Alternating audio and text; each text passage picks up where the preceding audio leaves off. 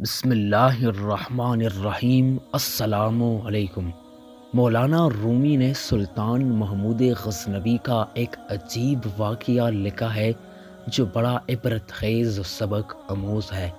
وہ یہ کہ سلطان محمود غزنوی کے زمانے میں چوروں کا کچھ زور ہو گیا تھا اور بادشاہ اس کی وجہ سے پریشان ہوا اور چوروں کو پکڑنے کے لیے ایک عجیب تدبیر نکالی کہ شاہی لباس اتار کر چوروں کا سا پٹا پرانا لباس پہن لیا اور شہر میں گشت کرنے لگا۔ ایک جگہ پر دیکھا کہ بہت سے چور اکٹھے بیٹھے ہوئی آپس میں باتیں کر رہے ہیں۔ بادشاہ بھی ان میں بیٹھ گیا۔ چوروں نے پوچھا کہ تم کون ہو؟ بادشاہ نے کہا کہ میں بھی تم جیسا ہوں۔ چوروں نے سمجھا کہ یہ بھی کوئی چور ہے۔ انہوں نے کہا کہ تم اپنا کوئی ہنر بتاؤ، اگر تمہارے اندر کوئی ہنر ہوگا تو تم کو اپنے ساتھ شریک کر لیں گے، ورنہ نہیں۔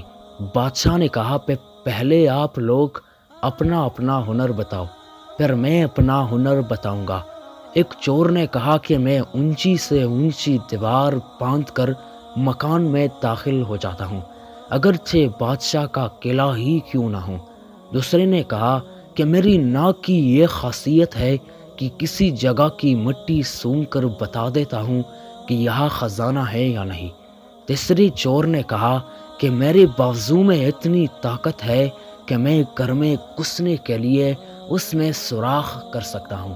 چوتھے چور نے کہا کہ میں ماہر حساب ہوں، پی ایچ ڈی کیا ہوا ہوں، کتنا ہی بڑا خزانہ کیوں نہ ہوں، چند لمحوں میں حساب لگا کر تقسیم کر دیتا ہوں۔ پانچویں چور نے کہا کہ میرے کانوں میں ایسی خاصیت ہے کہ میں کتی کی آواز سن کر بتا دیتا ہوں کہ کتا کیا کہہ رہا ہے۔ چھٹے چور نے کہا کہ میری آنکھ میں یہ خاصیت ہے کہ جس چیز کو رات میں دیکھ لیتا ہوں دن میں اس کو پہچان لیتا ہوں۔ اب بادشاہ نے کہا کہ میری داڑھی میں یہ خاصیت ہے کہ جب مجرمین کو پھانسی کے لیے جلاد کے حوالے کیا جاتا ہے، اس وقت اگر میری داڑھی ہل جاتی ہے تو مجرمین پھانسی کی پھندے سے بچ جاتے ہیں۔ چونکہ وہ بادشاہ تھا، اس نے ایک خاص لطیف انداز سے اپنا ہنر اور کمال بیان کیا۔ سارے چور یہ بات سن کر خوش ہو گئے اور کہنے لگے کہ اب تو چوروں کے کتب ہے، جب ہم کسی مصیبت میں پھنس جائیں گے تو آپ ہی کے ذریعے ہم کو خلاصی مل سکتی ہے۔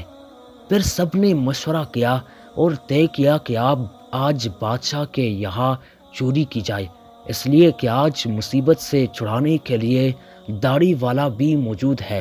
لہٰذا سب کے سب بادشاہ کے محل کی طرف چل پڑے۔ راستے میں کتا بھونکا تو کتے کی آواز پہچاننے والے نے کہا کہ کتا کہہ رہا ہے کہ بادشاہ تمہارے ساتھ ہے، لیکن چور پھر بھی چوری کی ارادے سے باز نہ آئے اور بادشاہ کے یہاں چوری کر ڈالی اور خزانہ لوٹ لیا اور جنگل کی طرف آئے اور وہاں بیٹھ کر ماہر حساب نے حساب لگا کر چند منٹوں میں سب کو تقسیم کر دیا۔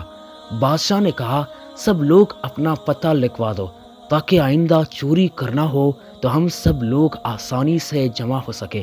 سب کا پتہ نوٹ کر لیا گیا اور سب نے اپنا اپنا راستہ لیا۔ اگلے دن بادشاہ نے عدالت لگوائی اور پولیس کو حکم دیا کہ سب کو پکڑ لاؤ۔ جب سب چور ہتھکڑیاں ڈال کر حاضر کیے گئے، بادشاہ نے سب کو پھانسی کا حکم دے دیا اور کہا کہ اس مقدمے میں کسی گواہ کی ضرورت نہیں، کیونکہ سلطان خود وہاں موجود تھا۔ یہاں ایک بات ضمناً عرض کرتا ہوں کہ اسی طرح قیامت کے دن اللہ کو کسی گواہ کی ضرورت نہیں ہوگی، اسی لیے کہ وَهُوَ مَعَكُمْ أَيْنَمَا كُنْتُمْ، تم جہاں بھی ہو وہ تمہارے ساتھ ہے۔ اگر تم دو ہو تو تیسرا خدا ہے، چار ہو تو پانچواں خدا ہے۔ جب تم بدکاریاں کرتے ہو تو اللہ سب دیکھتا ہے۔ اللہ کو کسی گواہ کی ضرورت نہیں۔ اس کے باوجود قیامت کے دن بندوں پر اتمام حجت کرنے کے لیے ہاتھوں اور پیروں کی، فرشتوں کی اور صحیفہ اعمال کی گواہی ہوگی۔ الغرض جب 6 کے 6 چور پھانسی کے تختے پر کھڑے ہو گئے تو وہ چور جو آنکھی کی خاصیت والا تھا، اس نے بادشاہ کو پہچان لیا کہ یہ وہی شخص ہے جو رات ہمارے ساتھ تھا۔ وہ تختے دار سے چلایا کہ حضور کچھ دیر کے لیے امان دی جائے اور آپ سے تنہائی کا موقع دیا جائے۔ بادشاہ نے کہا ٹھیک ہے، تھوڑی دیر کے لیے پانسی کو موقوف کر دو اور اس کو میرے پاس بھیج دو۔ اس نے حاضر ہو کر عرض کیا کہ ہر یک خاصیت خود ران مود، ہر ایک نے اپنی خاصیت بتا دی، ہر ایک نے اپنا ہنر بتا دیا۔ ہمارے وہ ہنر جن پر ہم کو ناز تھا، انہوں نے ہماری بدبختی کو اور بڑھایا کہ آج ہم تختے دار پر ہے۔ اے بادشاہ، میں نے آپ کو پہچان لیا ہے کہ آپ نے وعدہ فرمایا تھا جب مجرموں کو تختے دار پر چڑھایا جاتا ہے، اگر اس وقت میری داڑھی ہل جاتی ہے تو مجرمین پانسی سے نجات پا جاتے ہیں۔ لہٰذا آپ اپنا ہنر ظاہر فرمائے تاکہ ہماری جان خلاصی پائے۔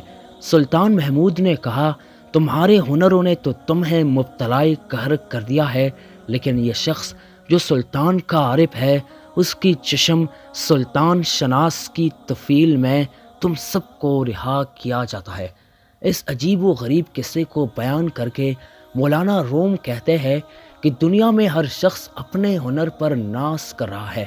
بڑے بڑے اہل ہنر اپنی بدمستیوں میں مست اور خدا سے غافل ہے، لیکن کل قیامت کے دن ان کے یہ ہنر کچھ کام نہ آئیں گے، بلکہ یہی دنیاوی ہنر ان کو مبتلائے قہر و عذاب کر دیں گے۔